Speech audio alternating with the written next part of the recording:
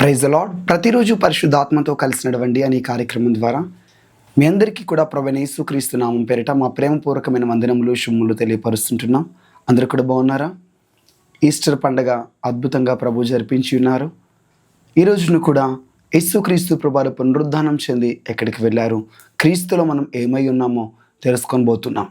ఈ రోజున దేవుడు మనకిస్తున్న వాగ్దానము ఎఫెసీలకు రాసినటువంటి పత్రిక 2వ అధ్యాయము 7వ వచనం. క్రీస్తు యేసునందు మనలను ఆయనతో కూడా లేపి పరలోకమందు ఆయనతో కూడా కూర్చుండబెట్టెను. హల్లెలూయా. యేసుక్రీస్తు ప్రభువారు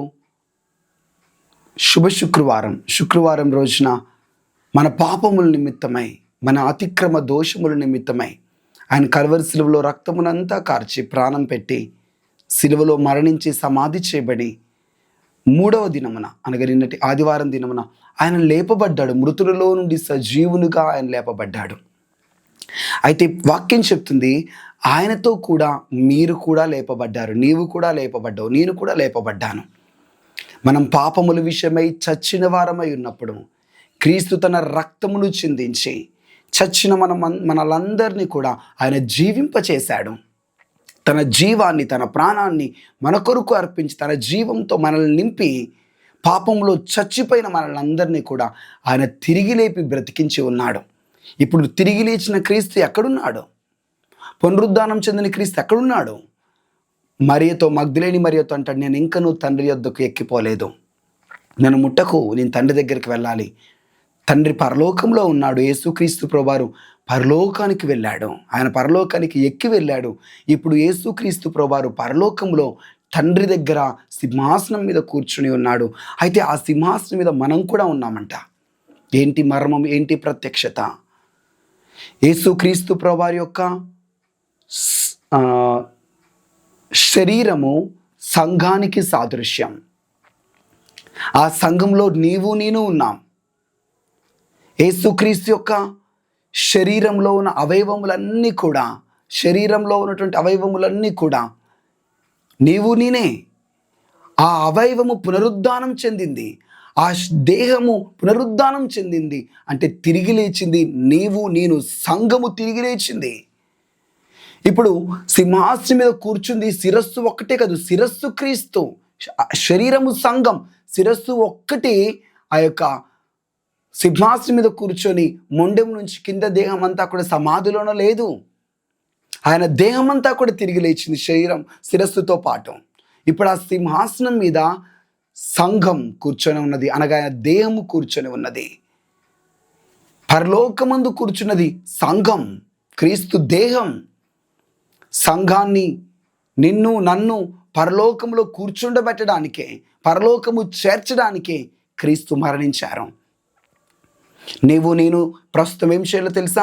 యేసుక్రీస్తు ప్రభువారు ఏ విధముగా అయితే పరలోకానికి ఎక్కి వెళ్ళాడో నీవు నేను కూడా పరలోకానికి వెళ్ళాలి. నిన్ను పరలోకము చేర్చాలని, నిన్ను నీ కుటుంబ సభ్యులందరినీ పరలోకం చేర్చాలి, పరలోకంలో నివాసులుగా నిలపాలి అని చెప్పి యేసుక్రీస్తు ప్రభువారు మరణించి తిరిగి లేచి ఉన్నారు. సో మరణము తర్వాత మనుషునికి ఇక అంతం, మరణం తర్వాత ఇక మనుషుని యొక్క జీవితం ముగింపు కాదు. మరణము తర్వాతనే మానవుని యొక్క అసలైనటువంటి నిత్య జీవం ప్రారంభమవుతుంది, నిజమైన జీవితం ప్రారంభమవుతుంది. క్రీస్తు పునరుద్ధానం చెందడం ద్వారా అర్థమైంది, ఒక మానవుడు చనిపోయిన తర్వాతనే అసలైనటువంటి జీవితం ఉంది, అది పరలోకంలో ఉంటుంది. మనల్ని క్రీస్తు అందుకొరకే ఏర్పరచేసుకున్నాడు, అందుకొరకే ఆయన పిలుచుకున్నాడు. నీవు నేను యేసుతో పాటు పరలోకంలో కూర్చోవాలి. పరలోకంలో మనల్ని చేర్చడం కొరకే యేసయ్య చనిపోయి తిరిగి లేచాడు. కాబట్టి కళ్ళు మూసుకుని ప్రార్థన చేద్దామా? యేసు ప్రభువా, నన్ను, నా కుటుంబ సభ్యులందరినీ కూడా పరలోకం చేర్చండి, పరలోక వారసులుగా మార్చండి. పరలోకంలో నీతో పాటు మమ్మల్ని కూర్చోబెట్టినందుకు కృతజ్ఞతలని ప్రార్థన చేద్దాం. యేసుక్రీస్తు ప్రభువా, మీకు స్తోత్రములు.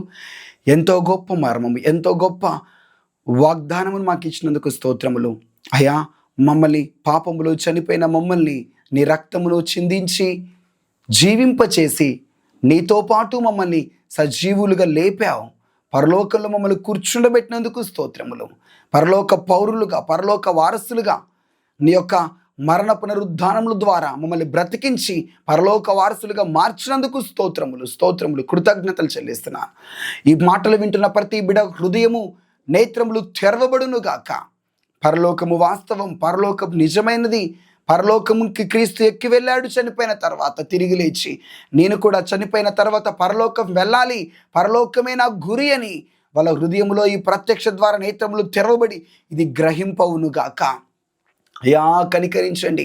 అనేక మంది క్రైస్తవులు మందిరానికి వెళ్ళి వస్తున్నట్లుగా నామకార్థంగా ఉంటున్నారు, కానీ పరలోకం మీద గురి లేదు, పరలోకం మీద దర్శనము లేదు, పరలోకము చేరాలి అని నీ రాజ్యాన్ని వెతికే అనుభవము లేదయ్యా. కనికరించండి, కృప చూపించండి. నీ సహాయము చేత ప్రతి హృదయాన్ని తెరిచి పరలోకము వాస్తవం, మేము పరలోకము చేర్చబట్ట కొరకి క్రీస్తు చనిపోయాడని తిరిగి లేచాడని నమ్ముటకు సహాయం చేయండి.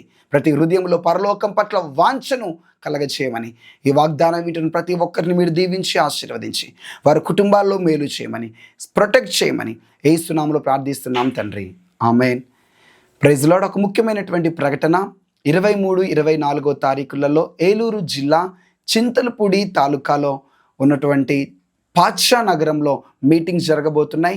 సో మీరు మీ కుటుంబ సభ్యులు ఆ చుట్టుపక్కల ఉన్నట్లయితే తప్పకుండా పాల్గొనండి. బలమైన పరిశుద్ధాత్మ కుమ్మరింపు, బలమైన దైవికమైనటువంటి వాక్కు విడుదల కాబోతున్నది. పరిశుద్ధాత్మతో మీరు 100% తాకబడతారు, నింపబడతారు, అభిషేకింపబడతారు. ఒక క్రొత్త అనుభవాన్ని మీరు చూస్తారు. చింతలపూడి తాలూకా పాట్షా నగరం. God bless you.